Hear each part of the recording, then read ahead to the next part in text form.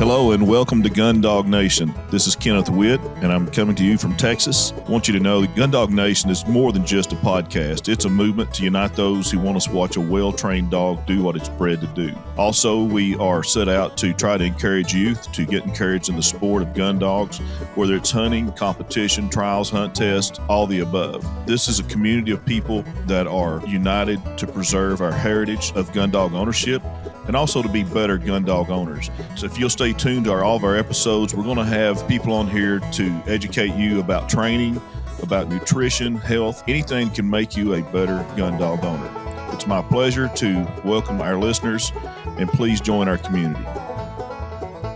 Purina Pro Plan.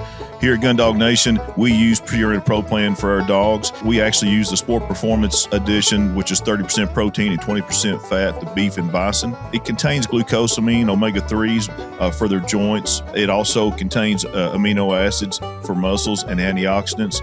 And it also has probiotics. It's guaranteed to have live probiotics in each serving. There's no artificial colors or flavors. We see the difference in our dogs. We see the difference in their coat, their performance, their endurance, and also in recovery. Be sure to use Purina Pro Plan dog food. The reputation speaks for itself. There's a reason that Purina has been around for such a long time. We suggest that you use it, and we are so proud to be sponsored by Purina Dog Food. Hello, welcome back to Gundog Nation. I'm talking to y'all today from Midland, Texas. And this is a real exciting day for me. I've known this gentleman's reputation since I got into labs back probably late 14, 15, and got to meet him overseas back in November. This is my first overseas guest, so I'm real proud to have you as my first overseas guest, Mr. Declan Boyle. Mr. Boyle, tell everybody just a little introduce yourself and let people know a little bit about you, then we'll start digging in. So I'm Declan Boyle. I'm a retriever Gundog trainer from Ireland.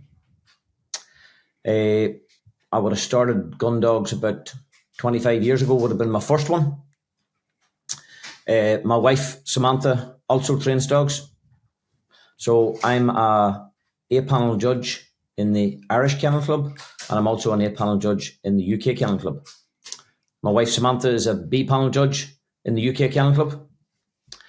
So I wouldn't call myself a professional gun dog trainer as such. Maybe some people would, but I'm also a carpet fitter, so I lay flooring. Okay. What else can I say about myself? I'm the captain of the Irish gun dog team. Yeah. And you know, Declan, I'm going to ask you some stuff about that now before I forget, because you've got so much stuff that I can talk about. Explain to us, because we don't have that here in the States. We don't have, like national gun dog teams, at least to my knowledge. Maybe if we do, someone needs to educate me about it. But what does that entail?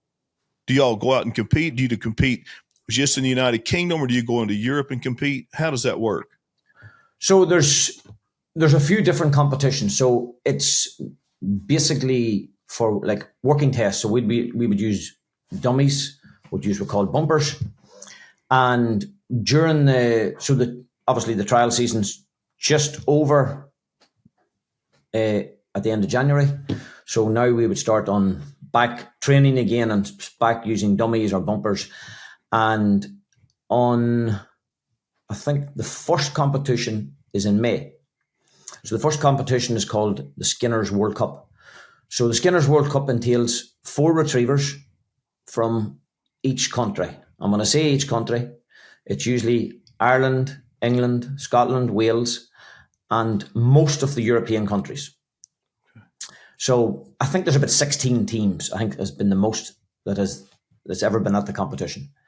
So we all meet. So what will happen was I've been appointed the captain, and we will start doing selection tests. So the selection tests will be involving people coming in and doing like a mark retrieve to see which dog is marking the best on a dummy. And it could range from 70 yards to maybe 200 meters or 200 yards. Okay. So at the competition itself, the first day involves double retrieves. So each person will go in, each dog, and they'll get a mark retrieve, and they could end up getting a blind retrieve, which is unseen. Okay. And they'll be asked to pick both in the order of the judges that the judges want. So what happens is we'll end up starting to do a selection test for Ireland next month. I think it's the start of the month we're going to start doing it. And we're trying to get the top 4 dogs in Ireland. Okay. So what I do is I try to get, I think last year we done them for a different competition. So there's a few. So I say there's the Skinners event. Then there's Scone Game Fair, which is in Scotland. It's held at Scone Palace. And it entails 3 Spaniels and 3 Retrievers. Okay. So it's a mix. It's the scores of both get added up at the very end of the day. And then there's what was always called the Big Game Fair, which is in England. This year it's in Ragley Hall, down near Birmingham, I think. And it entails 5 Retrievers and 5 Spaniels. So we start with selections in March, and we run them right through to, well, for the Big Game Fair, we run them right through onto May. So what we do is we do a few, we call them selections or viewings. So we come in, we watch, we look at dogs, we look at them over a period of 4 or 5 different viewings. And then at the end of it, we pick a team, and hopefully the best team goes. Okay. And then I guess all those countries compete for like a national title, or what would the title be? Well, it's the Skinners event. The Skinners event is only 4 Retrievers. So that's the one that's going to have just all the European teams involved. Okay. I should have explained. The one for Scone Game Fair and the other Big Game Fair in England, it's only, they call it the home nations, or the 4 nations, which is only Ireland, England, Scotland, and Wales. Okay. I know it sounds horrible. I keep forgetting Wales is in the United Kingdom. I always think Scotland, Ireland, England. Forgive me. But when you first said that a while ago, I thought, oh, gosh, I keep forgetting that. Mm-hmm. But interesting. Okay. And then once that honor, the one that, so there'll be a winning Spaniel and a winning Retriever? There'll be a winning Spaniel team for the 2 Game Fairs. There'll be a winning Spaniel team, and there'll be a winning Retriever team. And then there'll be awards for that. And then there'll be an overall award. Okay. So you've probably heard and you've probably seen the captain of the England team is David Latham. Yeah. He's very, very famous. Yes. And the captain of the Scottish team is actually my father-in-law, is Sam's father. This is his first year of doing it. And before that, they change their captain, or they do a vote every 3 years. Okay. So this year, Robin, Sam's father, he's a privilege of being the captain of Scotland. And then Alan Rees is the captain of Wales. Okay. So they do something similar. They all do a selection, and then they try to pick the best dogs from each country. Okay. And that, I'm supposed to have Ben Skinner on here. He's so busy. It's hard we were supposed to do it last week, and we've kept missing each other. So I'm excited to get him on here too. It's so interesting to me. I love history. I love tradition, Declan, but I had no idea until I was researching the Skinner dog food, how old that company was. It's just brilliant. It's amazing. They are so supportive of the Gundogs. It's crazy. I mean, I always have the Skinners. I had the Skinners hat on there, and I thought maybe I'll take it off. Actually, I think you might have. Did you have that on when I was talking to you? Yes. Yeah, I think so. Yeah. And you're the one that introduced me to Ben, I think. Mm-hmm. But anyway, no, that's so neat. Let me ask you this. I assume that you got into these dogs first because you were a hunter, or was it vice versa? I always done a little bit. How it started was I bought myself an air rifle, just to shot the little pellets. Mm-hmm. So I would go out and shoot some rabbits. And then what happened was my brother, he used to go and train his dog, which was only like a pet dog. He didn't have any papers for it. It wasn't full pedigree. So he couldn't run in any competitions. But he went and he used to train with a guy called Thomas Hughes. And they were friendly. So he would have went out, and then I got a bit of an interest in it, and I started seeing what my brother could do with the dog. And I mean, she was just a pet. To me, it was his pet. And so I thought, oh, this looks interesting. And that's basically how I got into it. I started to go follow him or go with him, get a lift, and then go and see what these dogs were doing. And I thought that would be brilliant to do. But at that time, I didn't have a dog. Okay. So it was actually Thomas rang me up and said to me, I've got a dog here. It's a bit scared. It's a bit nervous. I don't think it's going to make trials. And I said, right, okay, that's good. And I kept it in a little shed just at the side of my house. And I used to take it out every day. I used to come home from work and think, right, I wonder what I could do with her. I wonder if I could be able to get her to sit. And it went from there. So I got her to sit. Then I used to walk the roads and bring her down to the local shop and let the dog see people. And she was a little bit nervous. She would sometimes, if people approached me, she would bark at them. But then I didn't know any different. I didn't know what they were supposed to do. Yes. So then Thomas Hughes, they used to do like a group training. Him and a few people used to meet up on a Wednesday evening and on a Saturday. So I used to go watch, throw dummies for them. I never brought my dog out. And I'd done this for months, just go and set up some retrieves, and basically I'd done what Thomas told me. Walk over there, set them in an exact position. You couldn't set them 10 yards to the left or 10 yards to the right. They had to be in an exact spot. So then they knew exactly where they were. So if the dogs were basically not picking them, at least then they knew, okay, well, you've actually put them to the wrong place. So I'd done that for a few months. And during the week, so like the Monday, Tuesday, I used to train with them on a Wednesday or go and set up stuff for them on a Wednesday. The Thursday and Friday, I used to go to the same ground because it was close to me. And I used to bring my black bitch that I got. And I used to do the exact retrieves that they were doing. So that went on for, I suppose, a few months. And then I travelled. One day I went out on a Saturday, and one of the guys that came says, do you not have a dog? I said, well, I do, but bring it out. And that was Jimmy Black. So Jimmy Black has won the Irish Championship, very famous Gundog trainer in Ireland. And so I brought Katie out, and I'd done the same retrieves that they were doing. And they were all amazed. They couldn't believe that. How's he got the dog going so well? Now, it wasn't going as well as theirs, but she went okay. I don't think she ever would have made competition because at that stage, I didn't really know what I was doing.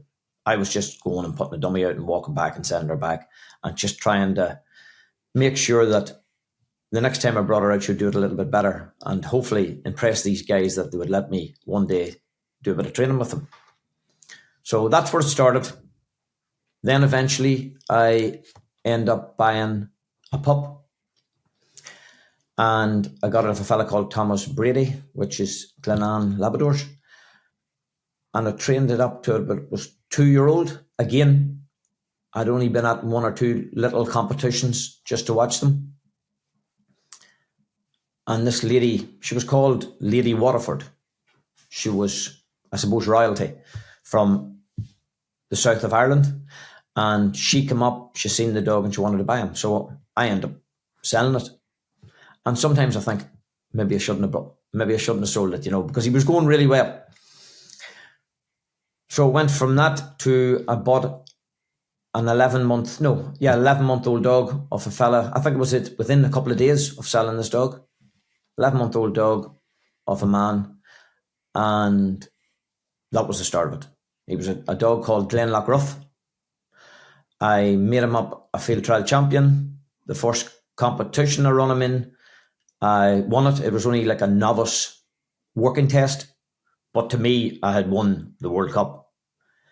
They always do. The club that was running the event, they always you do the competition, which is 3 or 4 different retrieves. And then what would happen is they do a little runoff at the end. So they bring in the top 8 dogs. Now, there might be 5 or 6 points in the difference. And I was the last dog to go. I was the latest dog to go. And the seven before me had to go and do a blind retrieve. And I couldn't see what they were doing.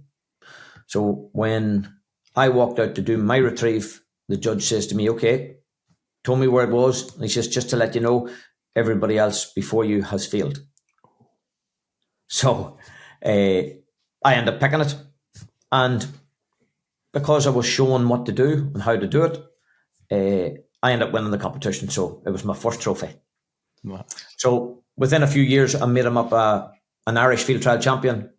And that was the addiction kicked in then. That's interesting. One of the things I've kind of wondered, I think I know the answer, but I'm going to ask you, do you guys, and I've always tried to study, methods from the UK and training, but do you try to get a really solid obedience and you wait, I guess, up until they're several months old before you start hunting drills or retrieve drills? Is that accurate to say, or when do you normally start those drills or that type of training? With the obedience, it did take me a few years, even after this dog, to actually realize, well, you need to have the heel work was very, very important. So I suppose I start a little bit of sitting and staying, just making sure that you're able to walk away from the dog. Heel work is probably one of the first things that I do, because nowadays a lot of the field trials over here or working tests are walked up. But if your dog doesn't walk the heel, it doesn't matter how good of a retriever he is, you're never getting a retrieve. I know it was a little bit different when you came over to the IGL this year because it was all driven. Yes. So I suppose if your dog didn't walk the heel for the first 2 days, it didn't really matter because all they had to do is take them off the lead, set them down. But it did take me a while to realize I need to make this better with all my dogs, because I was always I wanted to work on the retrieving part of it rather than the obedience. But now, this last, I suppose, 20 years now, I've realized the obedience, you need to do it first. You need to, as you said, you need to have a solid obedience. So the dog, what I work with mostly is heel work, sitting and staying. Then I'll start doing retrieving. When I'm doing retrieving, it's mostly, as I call them, memories. So I'll walk out to a position, set a dummy down, and I'll walk back. And that's how I start doing. And then I'll do one retrieve, and then from the same place, the sending place, I'll maybe walk out to a different angle, put a dummy down and walk back. And I'll maybe from the same position be able to send the dog in 5 or different angles from the same place. Okay. So I'm able to tell the dog, I can go there, he can go there, he can go there, and all from the same place. So it's easy then for the dog to learn, I think, anyway. Yeah. And I don't know, Declan, maybe you guys call it the same thing. I think that's, I hear it referred to as like a wagon wheel drill. Yes. Like something like similar. Spokes of a wagon wheel, kind of. Yeah. Okay. Yeah. So I would usually start that about 9 months old, roughly. Okay. I know there is other people that maybe starts it a lot earlier. Okay. But I think if you start a dog too early, it can make the dog, in my opinion, gets them either too excited, they can start to make a little bit of noise because they're really hyped up, ready to go. I think 9-10 months is a good age. Okay. That's good to know. I'm kind of at that stage right now. So okay. I was doing that for my own personal reasons. Declan, did you ever, obviously you're well known in the retriever world. Did you ever hunt or use or train other breeds, spaniels, springers, cockers, anything else? I've never really trained them, but I had a springer there for a number of years because the father-in-law has a shoot, and I'm going to say there's about 1,000 pheasants on it. And I had a dog called Storm that I bought, a Springer Spaniel. And as we call it, the old style spaniel, big, strong spaniel, and he was absolutely brilliant. Then a friend of mine needed a spaniel, so I'll give it to him because I wasn't using them during the summer, and so I ended up giving to him a few years ago. But what I use now is just my Labradors.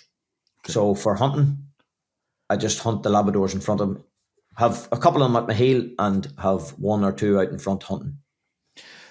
I'm going to have you do something for me, just for the listeners, Declan. I've witnessed it, and it's something to see, but explain to our listeners here in the U.S. what a shoot is and how many birds are usually shot. I suppose there's different size of shoots, so you can have a lot of big places. Now, I'm sure big estates could put, a gamekeeper will never tell you how many birds he puts down. Okay. I don't know, it must be a rule. It must be a secret rule that they're not allowed to tell. But I know some people saying that, there's 10,000 birds down. There could be 50,000 birds down. It depends. Some shoots, I think in Scotland, could maybe shoot 5-6 days a week. They could shoot a range between 300 birds in a day, pheasants. Or they could maybe shoot 500, 600. I don't know. Yeah. We, in Ireland, I would go to, I'm going to say a friend's shoot. He might shoot 50 birds. They might shoot 150 birds. It just depends. But people pay, as we call them, guns. They come, they pay for a day. The gamekeeper has beaters, so they'll come with their spaniels and they'll beat the woods out. And the guns will be either in a little valley or somewhere slightly lower than the ground that they're beating out, and they'll beat the pheasants out and the guns shoot them. Okay. We, with our retrievers, we would stand behind the guns, so we pick the birds up, and then obviously the keeper counts how many birds are shot, and that, as I said, some people might take a 50 bird day, 100 bird day. There could be 300 bird days. I've been on a few 300 bird days, and that's a lot of work for retrievers. Yeah, is it correct that you're all not using the retrievers to flush at all? They're just retrieving. Most of them do. If I'm out shooting by myself, if I'm taking my own dogs out, I will hunt. Well, I have a dog called Wilson. He's a field trial champion, and for the last, coming up to the end of the season there, that's all I was doing with him. He wasn't at my side at all. I'll have him hunting out like a spaniel. Yes. He's maybe just not as good as a spaniel, but for me, he was flushing woodcock. He's been flushing pheasants, and as soon as the bird gets up, he sits down. He doesn't chase them. Well, sometimes he did, but he's not supposed to chase them. Correct. So he doesn't get shot. Because I'll get him to stop, he'll stop, or I'll get him to stop if he goes through a bush and he comes out the other side and a bird gets away. And if it's shot, he'll stay there, and then I'll maybe send one of my other dogs, which is at my heel, just like a mark retrieve for them. Okay. But usually they don't hunt their Labradors. It's usually spaniels they would use. A lot of our trials, we do walked up trials a lot, and the judge will have 2 retrievers on one side, 2 handlers and their dogs, 2 handlers on the other side, and we could have 5 to 6 spaniel men in the same line, but just slightly in front of us, hunting their dogs, putting up partridge and pheasants and snipe or whatever the quarry is. When I was there, and I'd been told this before I got there, but I just never seen so many birds in my life. I'd never seen that many pheasants. They were like flies, like mosquitoes, in the roads, walking around. And then it was explained to me that they really have no predator there is one reason there's so many. All there would really be would be foxes. Okay. But a lot of them is controlled. Okay. Because obviously they get shot. The gamekeepers would go out and sort of look for them in at nighttime and stuff. So they are controlled. Is fox hunting still big there on horseback, like the gentleman style fox hunting? I don't think they're allowed to do it anymore. Oh, okay. I wondered it. Because I know they do it in the States, but that's an English tradition, correct? Or English. Yeah, there was a ban a number of years ago. I don't think they're allowed to. Just my wife is telling me, you're allowed to what?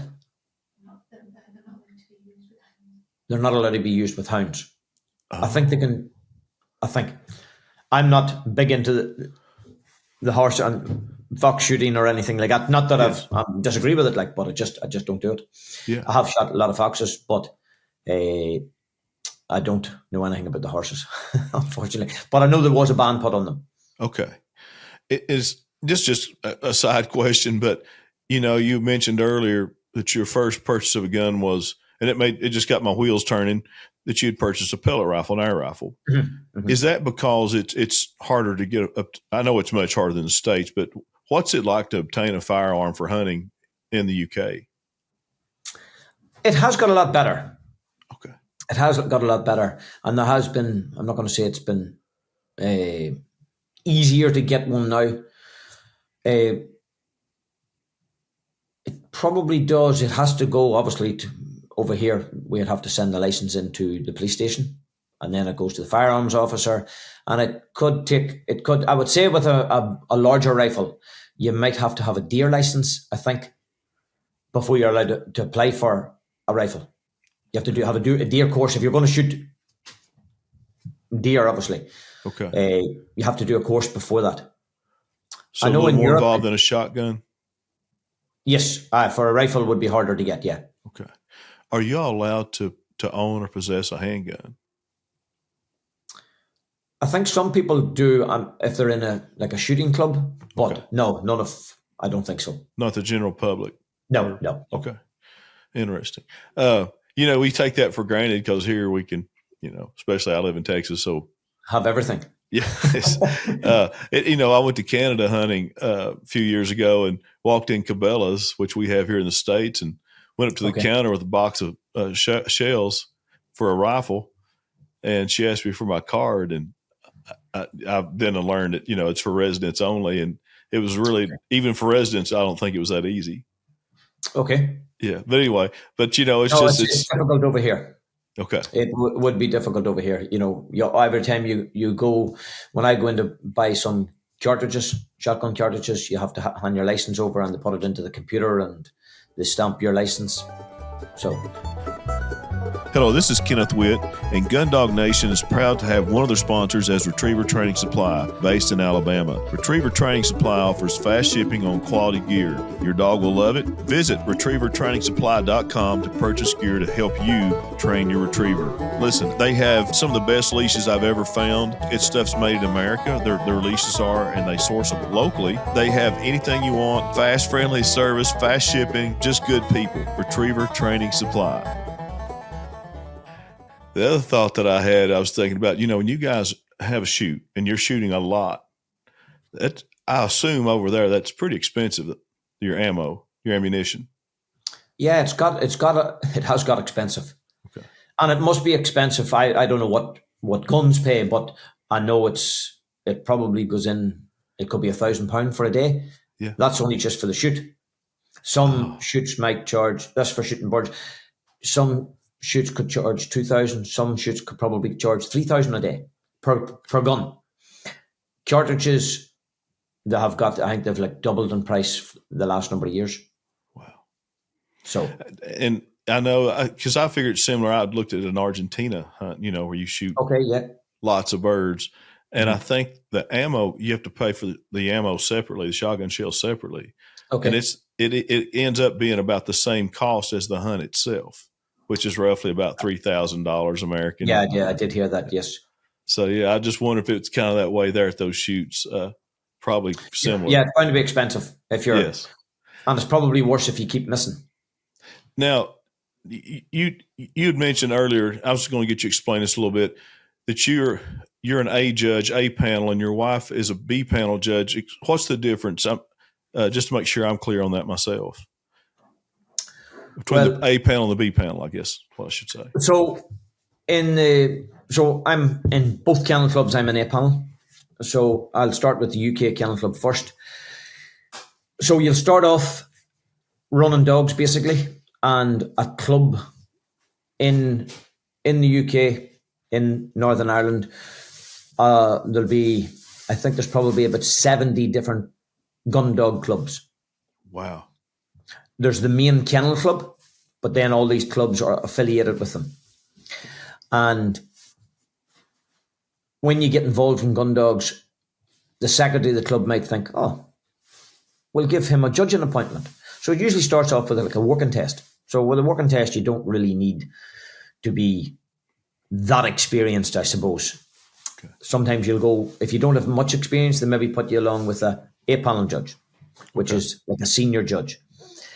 So a club will ask you to judge, if they ask you to judge a field trial, what happens is the kennel club then gives you a judging number. So the kennel club will list every time that you judge a field trial.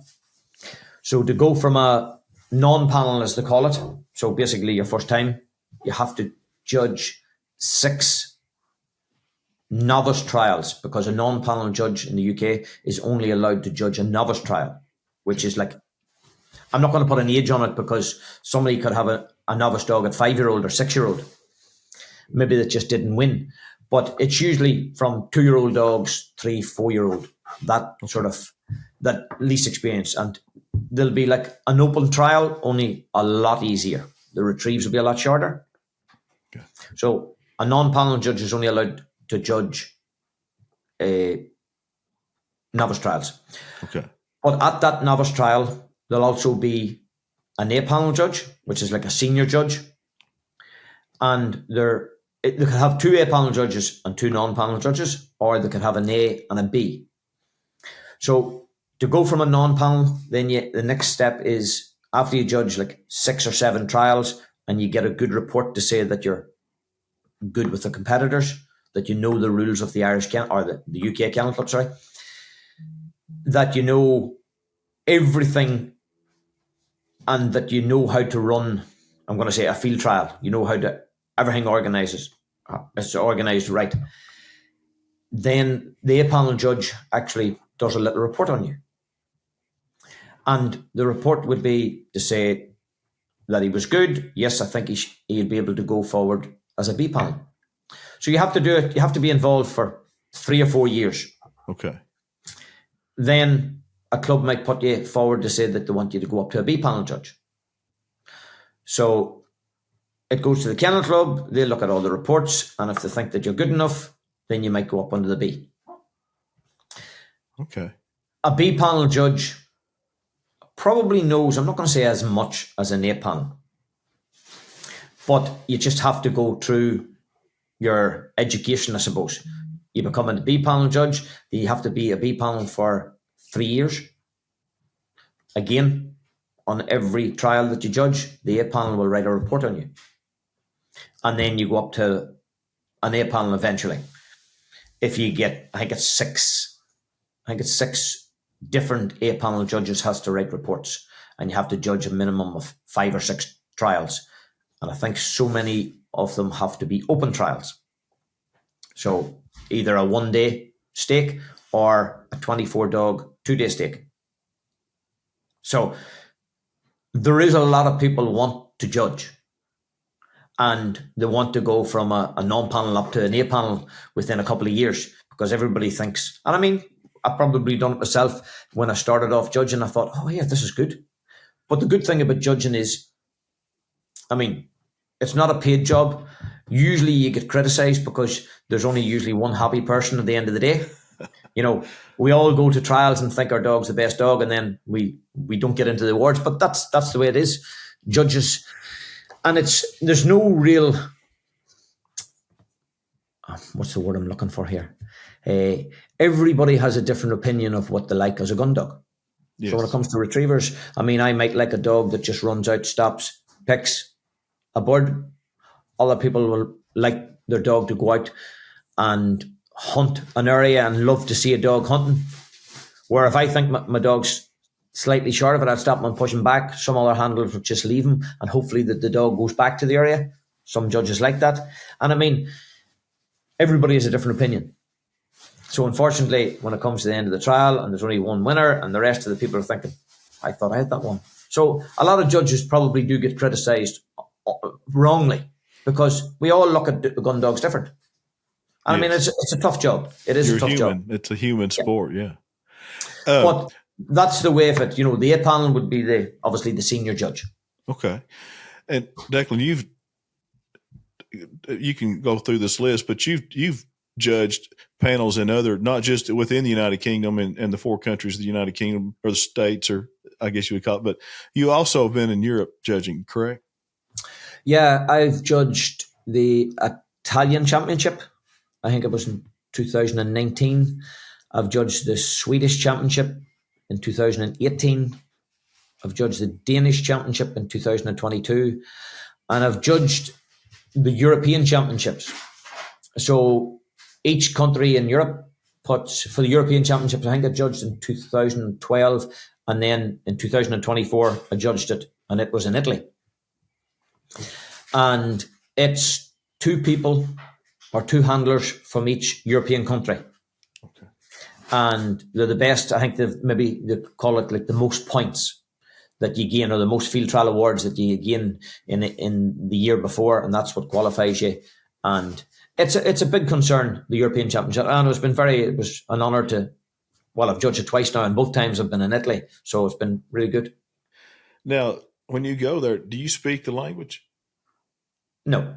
Okay. You just have a translator? Not at all. Okay. To be honest with you, truthfully, most of them speak English. Okay. I've noticed that too, yes. Yeah, there will be a certain amount that doesn't.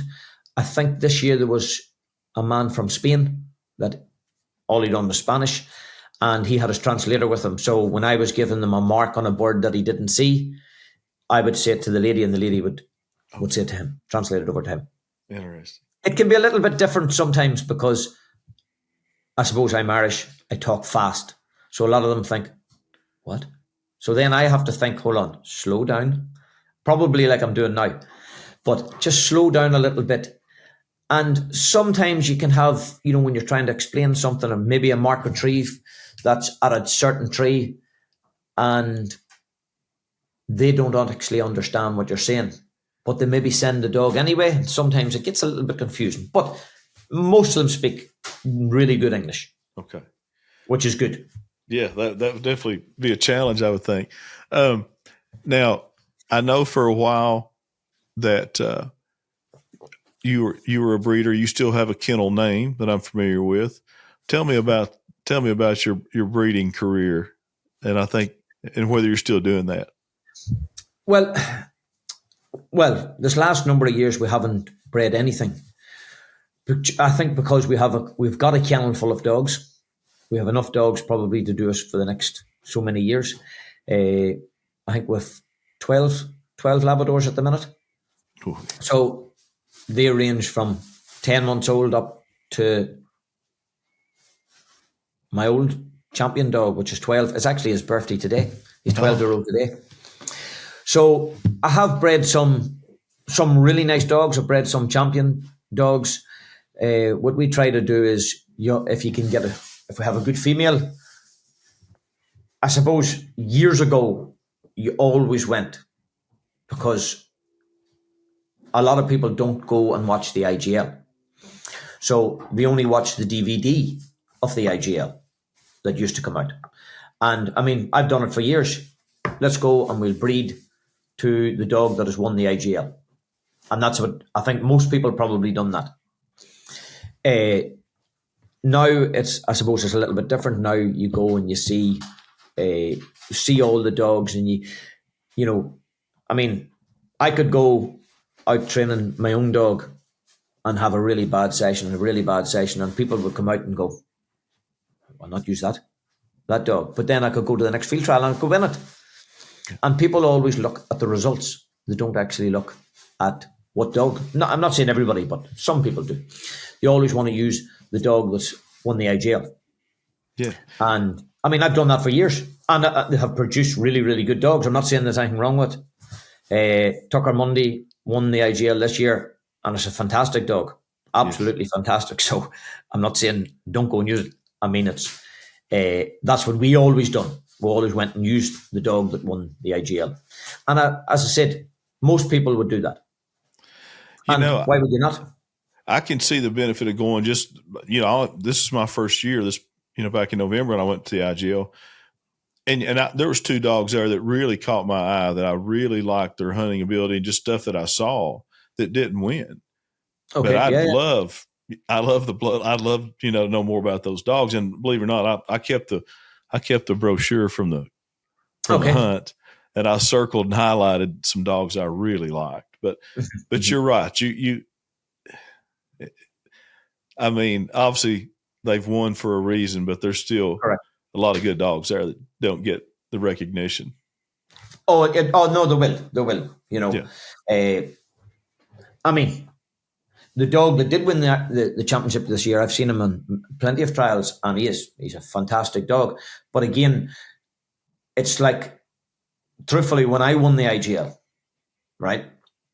I mean, the dog was going nice, but it always depends on what the other dogs do. I mean, there was a dog the year I won it, there was a dog, in my opinion, was going better than my dog. And unfortunately, the lady went out nearly on her 8th retrieve. And she was out of the way, and it made it better for me. I ended up picking a runner at the end of the trial. And truthfully, before that, I've never actually seen my dog taking a runner. And he took it maybe 60, 70 yards. And I was even amazed. And it was down in like a hole. The bird had went down, and he went and picked it. And that one retrieve probably won me the IGL. Where a lot of the time, a lot of it's luck. Yeah. A lot of it's luck. But breeding wise, you said, we haven't bred this last 3 or 4 years because it does take up a lot of time. If you're going to breed a litter of pups, you need to be with them. I'm going to say 24/7. You can't be away. Me and the wife, we do, as I said, these team events. We're always away from the house. We be in Europe judging sometimes.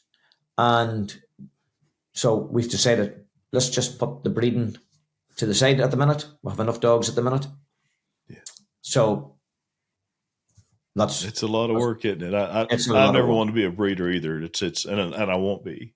And I'm glad there's people that have the patience to do it, that I can call and get a puppy from, but it's not what I'd want to do. Mm-hmm. No, it's a lot of work. So you've been about 24 years in it. You've judged a lot. I guess with your full-time job, Declan, you don't really. You're obviously said you're not a pro trainer, meaning you don't train for money. No. Okay, and I'm not trying to get your business. I don't run dogs for anybody, or okay, they're just my own dogs. And do you ever handle dogs for anybody in trials? Because I would think you're good at that. I've only done it twice, but it was for a friend that couldn't make a trial. I think I've actually done it 3 times, maybe 3 or 4 trials, but that was it. And it's been a number of years ago now. I don't do anything like that. With my job, as I said, I'm a carpet fitter, but I'm not busy all the time. I work for a big company, and when they have a shop ready, I go and do it. Okay. So it gives me a lot of free time to train my own dogs. Nice. So I'm saying I'm not a professional, but I mean, we do some training lessons and we do stuff like that. And your wife, she competes too, correct? And trains. She competes, as I said, she's a B panel judge. Sam has made up a field trial champion. She was called High Walk Kerry, and that was in 2019. She actually running the championship that I won. It was her first year running it. Yes. And we have, as I said, we have 12 or 13 dogs now. Sam has a few dogs. She's got herself a young bitch that she's running at the minute. She's got an award. The first trial she ran in her in November this year. She got an award in it. So, how many for a field trial winner? How many do they just have to have one win to be titled field trial winner, or more than one? Well, I don't think there's actually a title. Okay. With a field trial champion, you'll get a certificate. You'll say it, but with a field trial winner, well, I suppose we just say it's a field trial winner. You don't actually get a full title to say it's a field trial winner. Okay. But it's usually just a novice trial. When people win a novice trial, they'll call their dog a field trial winner. Okay, because you see that on some papers sometimes, like on pedigrees when people are. Some people disagree with that, but I don't, because it's difficult enough to win a trial. Yeah. And if your dog wins a trial, he deserves a little bit of recognition, I think. Yeah. I know some people go, but it's not a title. What are you putting it on for? Well, it shows the person that's going to either buy a pup or it's going to show something that the dog has actually done something. Yes. Is capable of winning. Now, here in the States, we have hunt tests where you're not competing. Your dog is not competing against other dogs, just competing against itself to achieve a certain. Okay. Do you have anything similar to that? I don't think so. We have working tests, but there's no title for a working test. Okay. There's nothing. Okay. Like that, Declan, what's all your years' experience? What's your biggest piece of advice you would give a young trainer starting out? Don't rush. Take your time with the dog. Go to I'm going to say a professional. Go to someone, if you want to do field trials, go to someone that's successful. Again, don't rush things. People want to rush. As I always say, you have to do the boring stuff. You have to do the sitting and the staying and the walking to heel and getting that part right before you do the fun stuff. If you get the boring stuff right, well, then the fun stuff's going to be more fun, because then at least the dogs. That's great advice. I need to write that down. That saying right there speaks volumes. If you get the boring stuff right, the fun stuff will be more fun. Mm-hmm. Exactly. No, I like that. And then as far with all your experience and all the dogs you've seen, and you probably know pedigrees overseas better than anyone.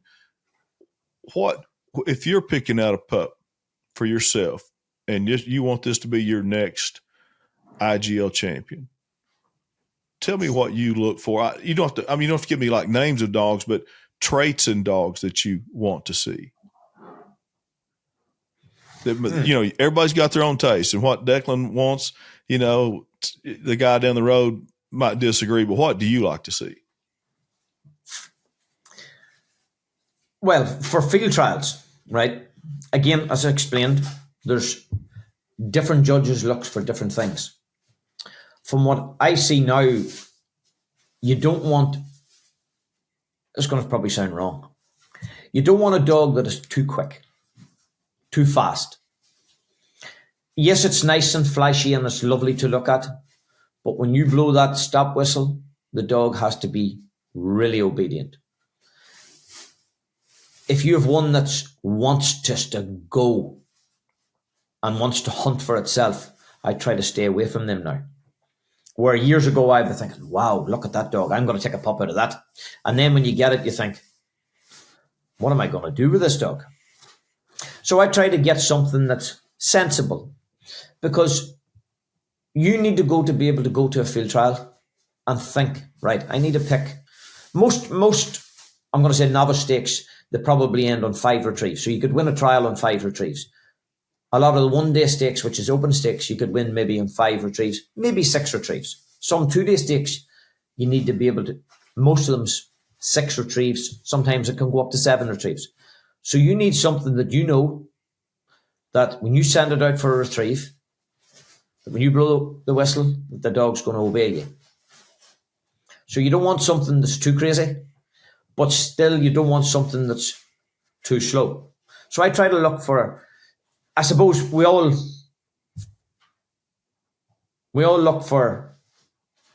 always did. We always look for something really flashy, but it's changing a little bit now. You just need a dog that's nice and sensible, and I call it an honest dog. That when you blow the whistle and you stop the dog and you tell it to go left, that the dog goes left. That the dog doesn't just go, no, hold on a second, I know it's here, and put the head down and start hunting.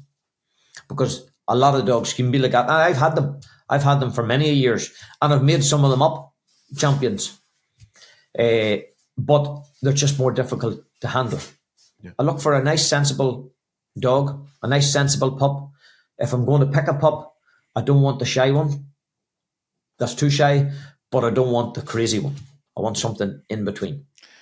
I'm like that too, definitely. And it's been from mistakes that I've had those amped up dogs that are hard to control, but had high drive. Yeah. And it's a challenge.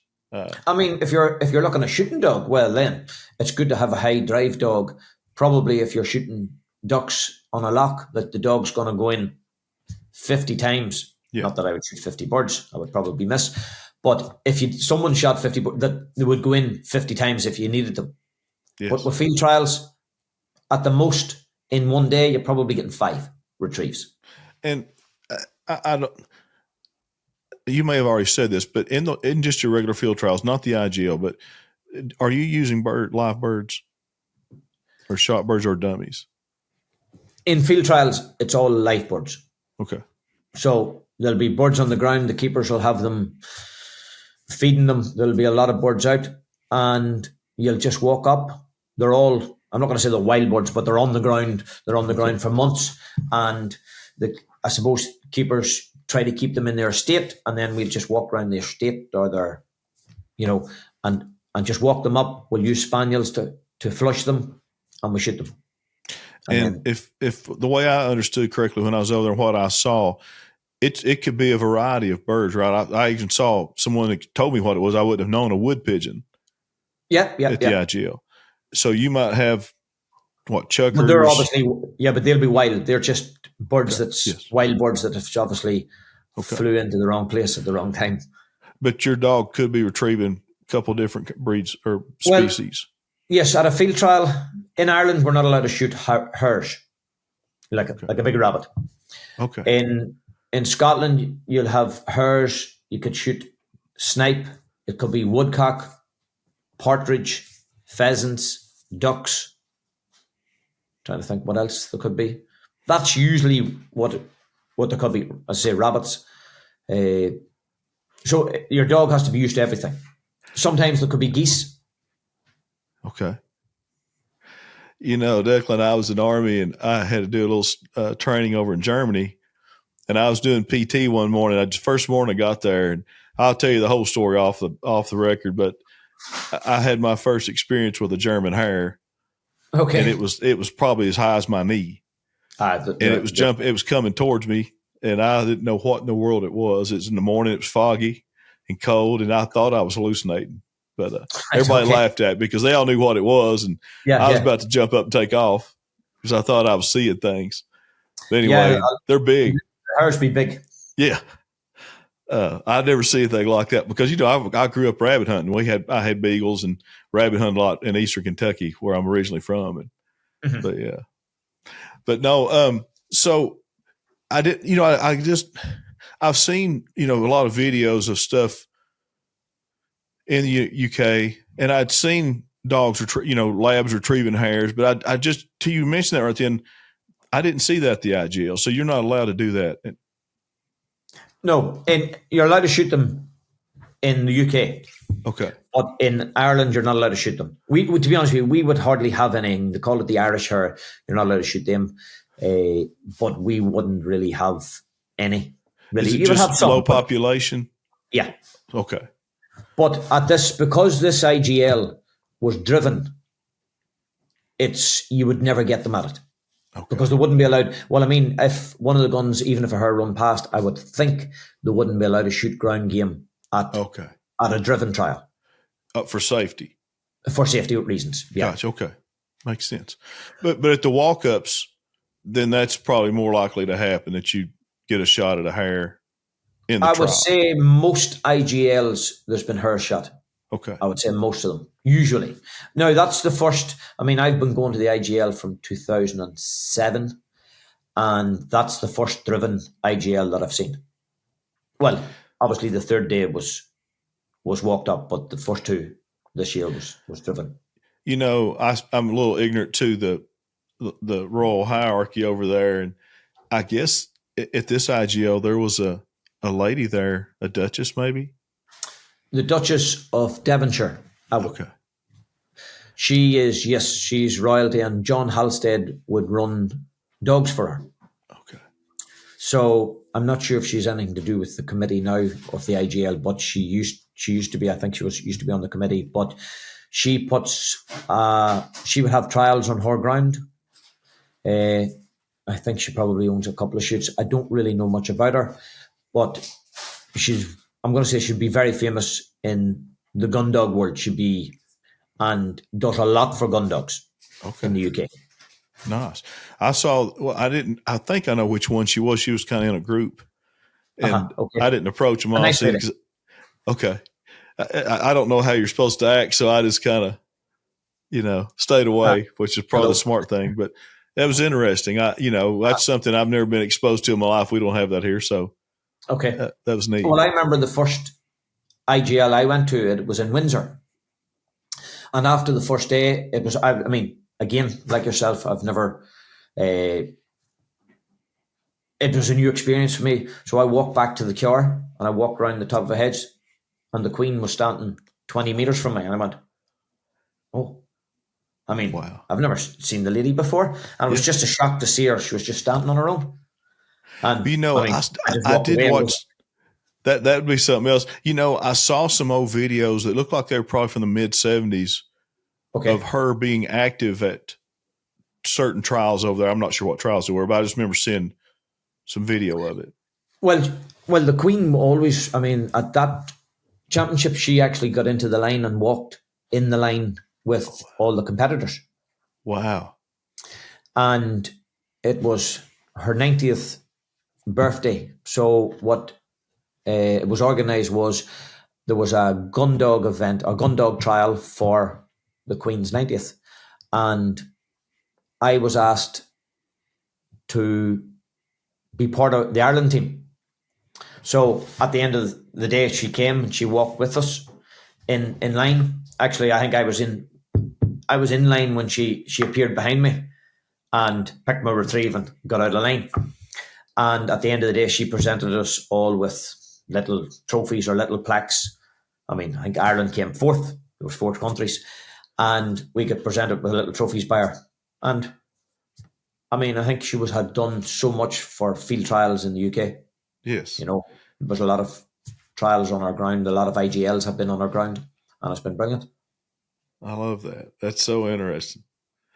But yeah, that was a new experience for me. I didn't get to talk to you a whole lot over there because you remember I had to spent the second day of the trial and at the U.S. Embassy getting a emergency passport. But gosh, I swear to Declan, I stayed at the Branscombe Beach in that Mason Arms Hotel. Oh yes, yeah. Oh my, it was centuries old. I think it's built in the 1300s, 14th century. Okay. Just amazing. It was beautiful. Of course, it rained, about flooded the whole time I was there. I thought it had a little sunshine, but it was. I just really enjoyed it. Everybody was so nice to me too. Everybody is nice. It is. Yeah. I felt like I picked up some podcast listeners. Okay. Good. Some people that's messaged me that were over there that now start listening to it some. So that was nice. Good. But I want to come back, and they're telling me this year it's going to be in Scotland. In Scotland, yes. Is that correct? And amazing ground. That's what I've heard. Amazing ground. I think the last time it was there was 2013 or 14, I think. Oh, wow. So it'll be, 11 years or so? Yeah, the guy that was third place, I think this year, Lee Jackson, he actually won it on this ground. Wow. I've actually run on the ground this year, and I think 2 years ago, I judged a field trial on it, and it is amazing. Absolutely amazing ground. Well, I really want to try to go. I enjoyed it so much. It was before you know it, the 3 days was up and it was over. Yeah, but I will be more prepared for the weather. I thought, I hunt and stuff over here, but I still wasn't prepared for that much rain and that much mud, but I live and learn. Yeah, yeah. Uh, No, and it'll be totally different. It'll be a totally different sort of championship because it'll be 3 days. Will probably be walked up. It could be up on the Heather Hills. There could be some. I would think. I think the last time they had some game crop that they'll be walking through. okay. But a lot of it's bracken and heavy heather, and there'll be fences probably that the dogs have to jump over, and most of it, I'm going to say, it's about marking, that their dog's able to mark a bird that gets shot. Okay. And there doesn't be a pile of birds shot at the one time, like this year, and then the judges pick. It's basically what's shot is the judges ask you to pick. Now, it seemed like someone told me before I left over there that I would be able to see a lot better at this shoot, this next trial, as far as being a spectator watching it. Definitely. Okay. Because, there was lots of times I couldn't see anything there. No, I know this. It was just, I suppose it was awkward for the committee because, when I'm sure, I'm not sure how they got to this ground, but if a keeper invites you or a landowner invites you, well, you don't want to say no. And I mean, it's good because a lot of the trials, I think, in the south of England can be driven trials. So it was good, I suppose, to have a driven trial because, if you're doing driven trials all the time and then you go to the championship and it's walked up, well, then you're not getting, I suppose, what they do every day in their trials. Okay. So I suppose this year was a little bit different. I'm going to say I'm used to that because a lot of the Irish championships would be driven. Most of them would be driven.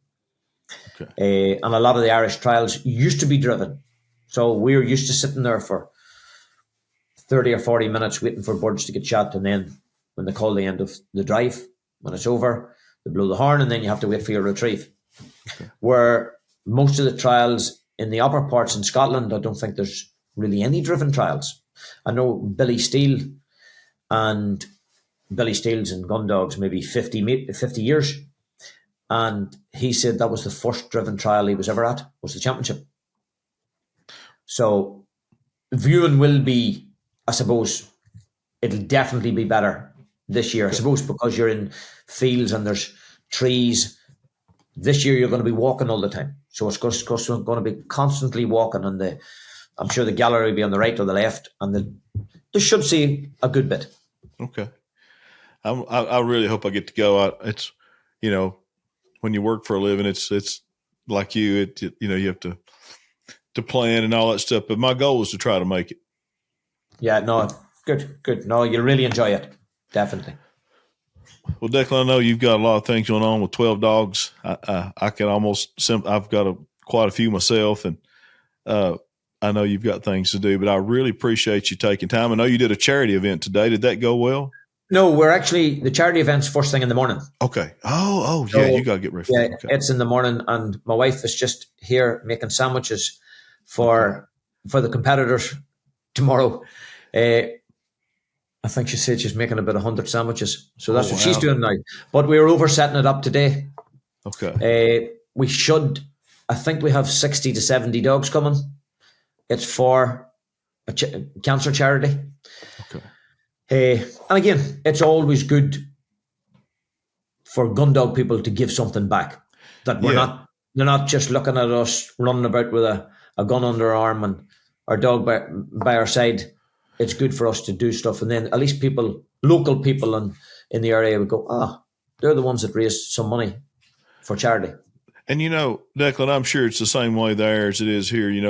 Us Gundog owners and Gundog sports participants, we need to do all we can for public relations because, people that don't understand what we do get a bad rap and a bad reputation. And True. No, it's great that you're all doing that. I hope that's very successful tomorrow.